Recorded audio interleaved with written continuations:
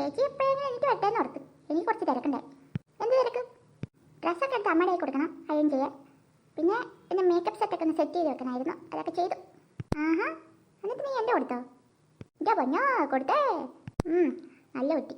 ഇനിയും വരാത്തതെൻ്റെ എന്തോശേ നീ, ഇനിയും വരാത്തതെൻ്റെ. രാവിലെ ഞാൻ പാട്ടും സന്തോഷമൊക്കെ ആണല്ലോ.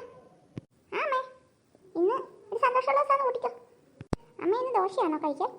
അതെ അതെ, ഉണ്ടാക്കുന്നേ ഉള്ളൂ. ആ അപ്പം ഞാൻ അടുത്ത ദോശ ഉണ്ടാക്കിയെന്ന്. ഇതേ പാറും, ഞാനൊരു കാര്യം പറഞ്ഞേക്കാം. ഫുള്ളും കഴിച്ചോണം, തരുന്നത് മൊത്തം കഴിച്ചോണം. ഉച്ചക്കും അവിടെ നിന്ന് നല്ലോണം ഫുഡ് കഴിച്ചോണം. ഇല്ലെങ്കില്ല പിന്നെ ഇവിടെ വന്നിട്ട് വല്ലതും വേണമെന്നൊക്കെ പറഞ്ഞാൽ എൻ്റെ സ്വഭാവം മാറും. ഞാനിന്നൊന്നും ഉണ്ടാക്കുന്നില്ല വേറെ, കേട്ടല്ലോ? ആ ശരി അമ്മ. അതെന്നാണ് നീ എവിടെയെങ്കിലും പോയി കഴിച്ചിട്ട് വന്നാലും വീട്ടിൽ നിന്ന് കഴിക്കുന്നത്? എന്നാണെന്നറിയില്ല ചേച്ചി, പുറത്തവിടെ പോയി കഴിച്ചിട്ട് വന്നാലും വീട്ടിൽ വന്ന് കഴിക്കുമ്പോഴൊരു സന്തോഷം ഉണ്ടാവണം. സമ്മതിക്കണം നിന്നെ. അമ്പോ സൂപ്പറായിട്ടുണ്ട്. ഞാനൊരു കൊച്ചു സുന്ദരി തന്നെ. പാറു പാറു. ഹായ് ചേച്ചി, സൂപ്പറായിട്ടുണ്ടല്ലോ.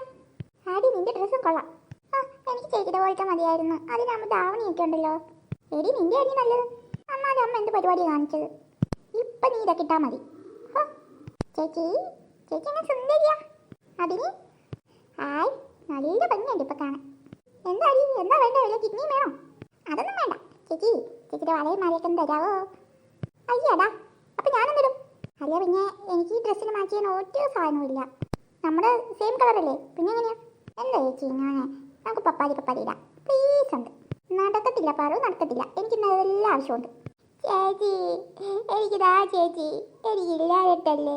എങ്ങനെയാ ഞാൻ ഈ ഒഴിഞ്ഞ കൈയും കഴുത്തുമായിട്ട് പോവുക? ചേച്ചി പ്ലീസ് ഉണ്ട് ചേച്ചി, പ്ലീസ്. എൻ്റെ ഫ്രണ്ട്സൊക്കെ വരൂല്ലേ? തുടങ്ങിക്കോ നിന്റെ കാര്യം കാണാനുള്ള മോങ്ങലും. ചേച്ചിയല്ലേ, പ്ലീസ് ചേച്ചി, എനിക്ക് തരൂല്ലേ? ഇനി കീറും. തരാം ഇത് കഷ്ടമാണ്. മക്കളെ റെഡിയായി